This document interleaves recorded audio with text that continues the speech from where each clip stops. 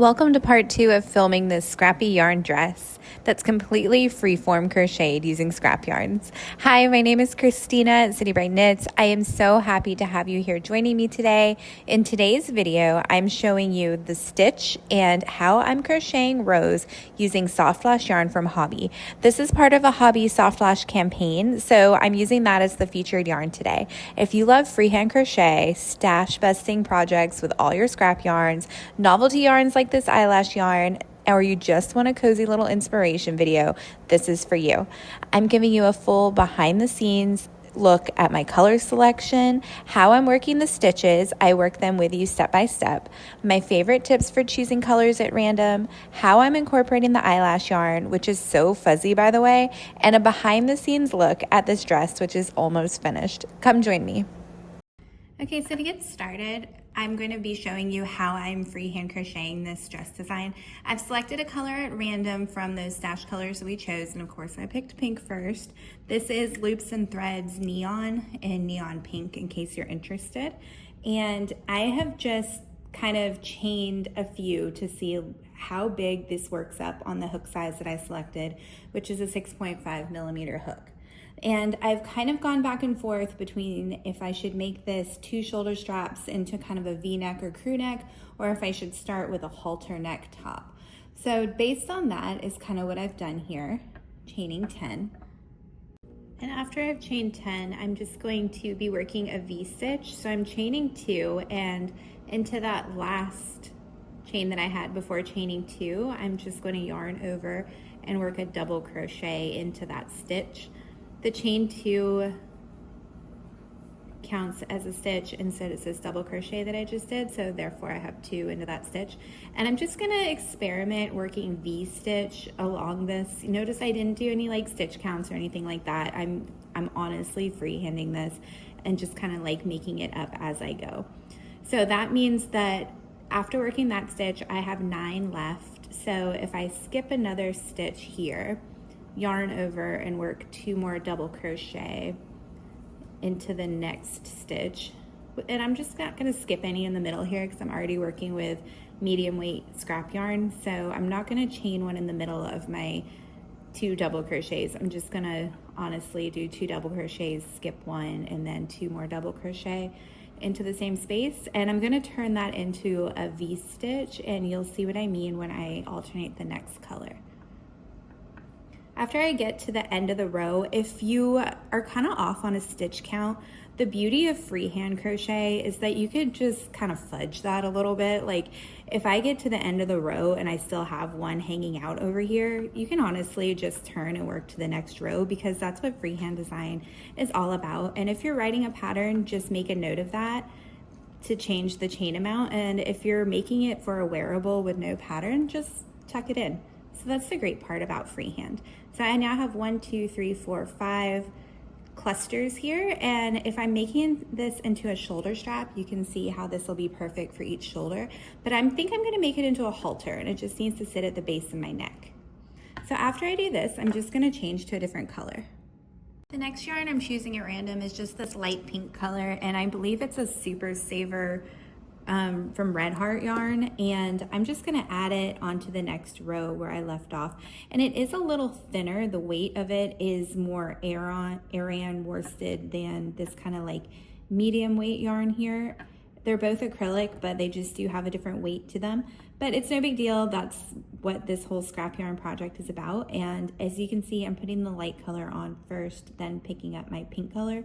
And one thing I like to do to change colors, you could just work a slip knot here, which is what most people do, but I actually like to secure it one step further.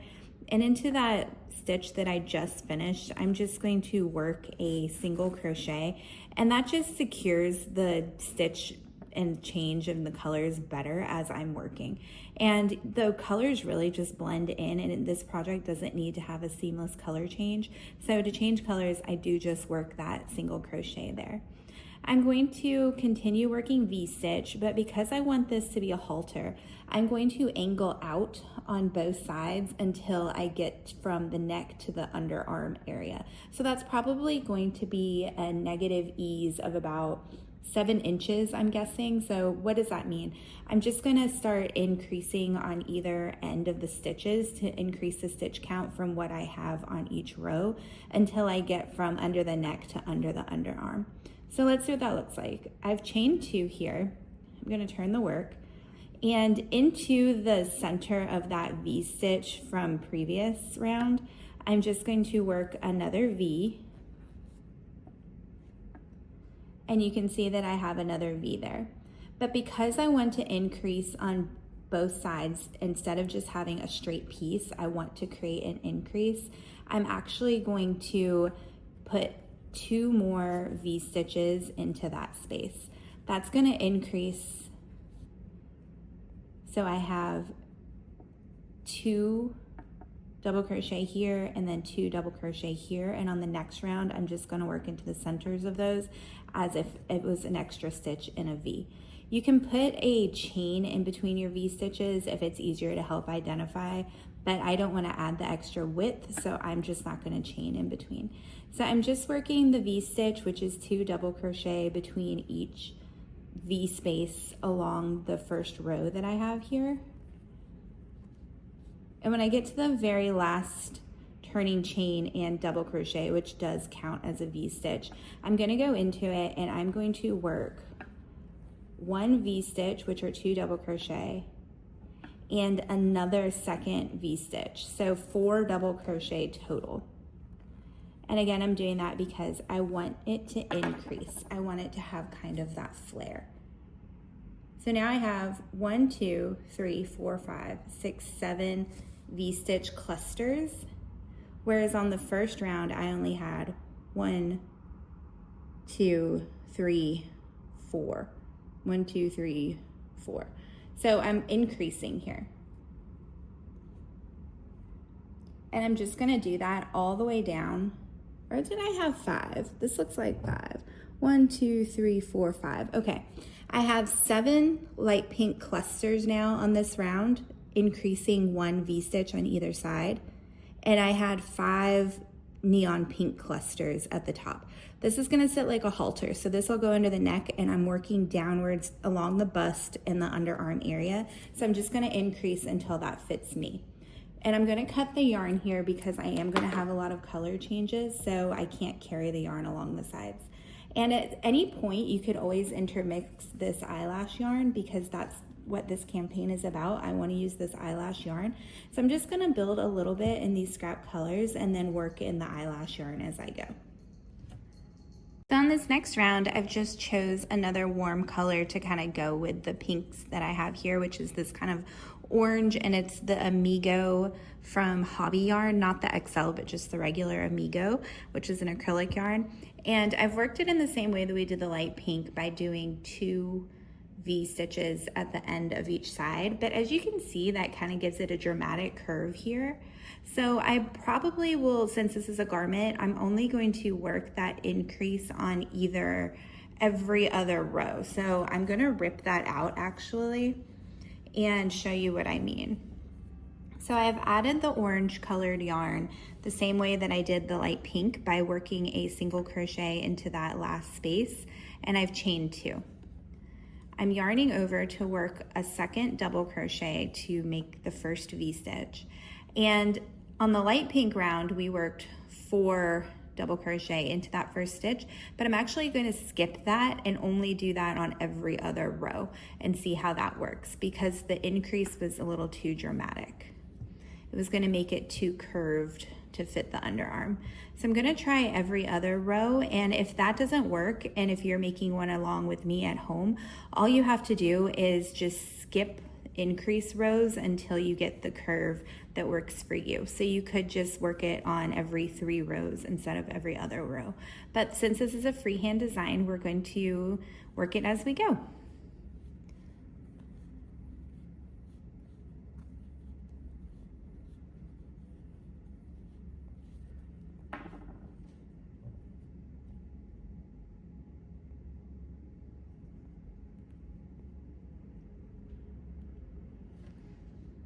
So next up, I'm adding a cream color. I don't want to work my eyelash yarn on an increase row, so I'm going to work another row of increase before adding in some eyelash yarn. And this yarn is like a Caron Softie or something. I'll have to look up the name of this one. I remember the project it's from, I just can't remember the name of what it's called. And it's a little thicker, like a little more coarse, and it's an acrylic blend. So I've chained 2 here already, and just the way the stitch is feeling on my hook, I feel like I need a 3rd chain here.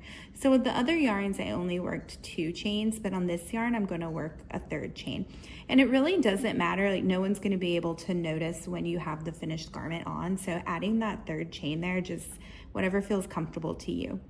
So I've chained, I'm gonna yarn over, and I'm going to see how working another increase on this row works for the halter top. So remember to do that increase, I'm gonna have 4 double crochet into that last or first stitch, the first and last stitch.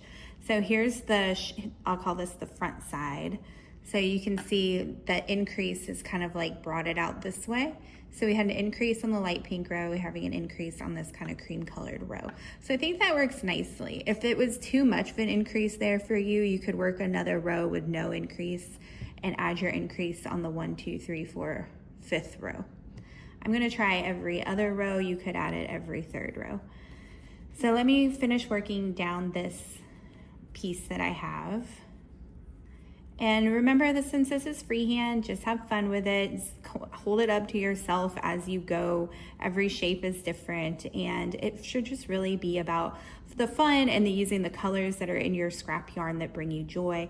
It doesn't need to be an exact stitch count. If you are working a freehand design as part of your pattern writing, then just take notes along the way, whether that's pen and paper or a voice note or actually like pulling up a Word doc as you go and kind of writing it down. So I'm at this last stitch and I'm going to work an increase. I'm going to work 4 double crochet, which are my 2 V-stitches. If this was a traditional V-stitch, it would have a space, a chain space in between, but I'm just eliminating that. So I'm going to make this the front side, so let's see how that looks. I think that looks pretty good as far as a halter top. So you can see how the V shape is starting to come in on these stitches by working the next 2 double crochet into the center of the previous 2 double crochet. So it's really a nice stitch motif, and I think from the next round here is what we should do is add some eyelash yarn. So let's pick a color and get started. Okay, so we are adding eyelash yarn from Hobbii. It is their new Soft Lash. It's called eyelash yarn because it is actually like a super fine weight.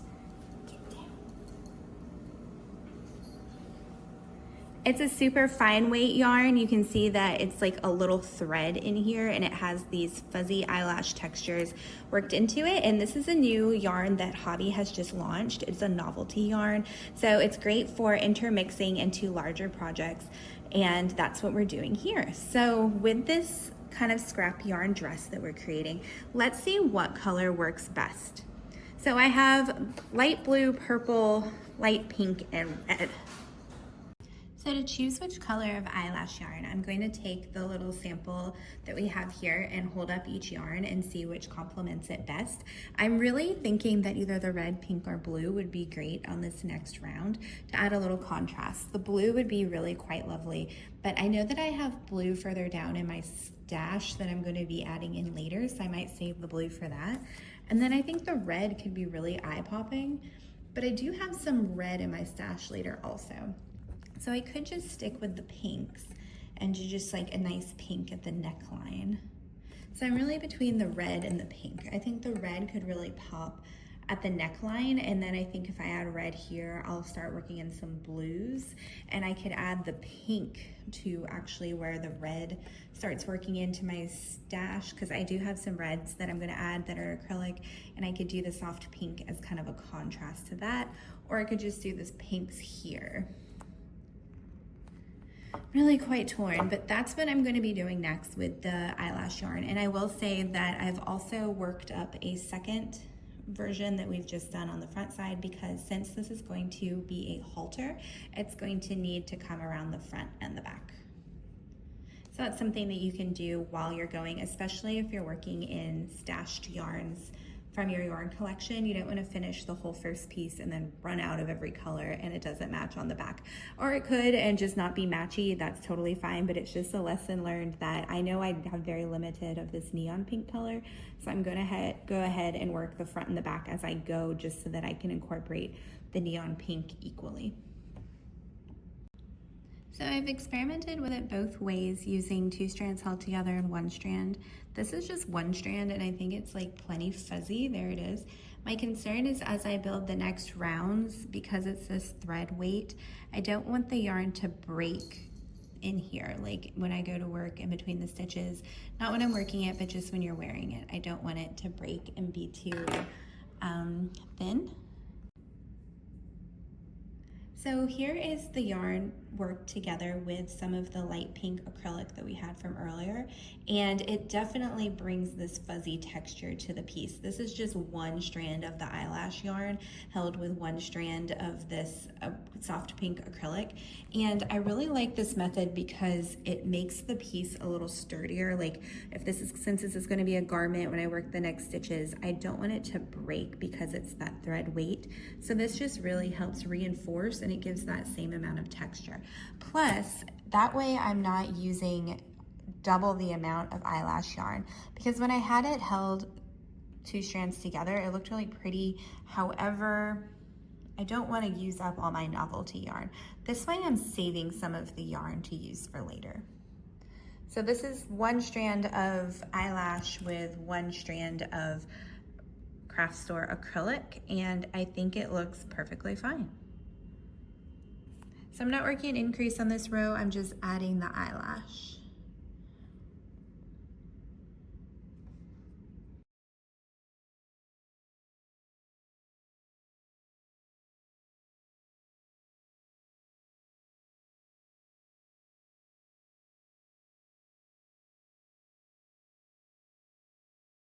Let me just say that was a lot of fun adding the EyeLash yarn. It kind of silky as you're using it, and it just really glides off the hook.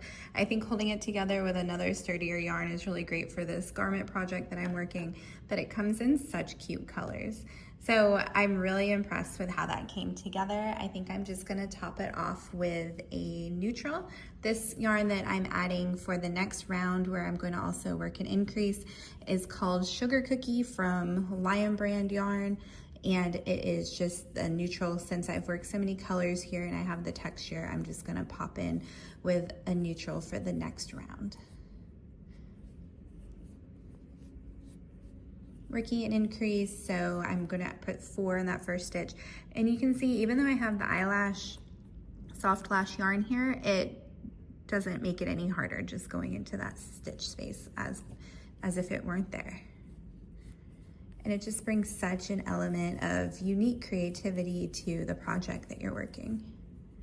So I'm just gonna continue down the row, increasing this top piece for the front and the back piece that I'm working, until I hold it up to myself and it gets to about the point of my underarms, at which point I can just start working it in a flat panel for the front body of the dress.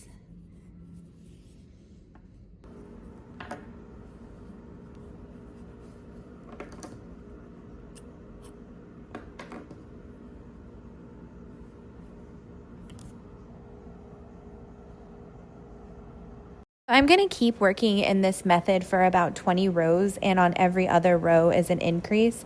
And on the mannequin here, you can see what the increases look like for the halter shape. And I'm just pinning it to the mannequin to let me know that I'm probably done with the top portion. And once I get to under where the bust hits, I'm going to just not do any increases anymore, and I'm just going to be working flat until I get to the hips. Once I get to the hips, I'm going to need to increase a few stitches again, just how I did for working downward for the neckline. So I'm going to increase for about 3 alternating rows here to give me about 2 inches of positive ease for the hips. But just hold it up for whatever fits your body. For me, I need a little extra room than I do at the narrower part of the waist. But I'm just keeping the color changes all the same, not tying in any ends. I think the fringy look is going to be an element of this design. Thanks so much for watching with me today. I hope you got an element of something that you can learn from this video and that you can use in your own crochet journey at home. Stay tuned for part 3 where I'm going to be showing you the finished look. Don't forget to hit like, comment, and I would love it if you subscribed.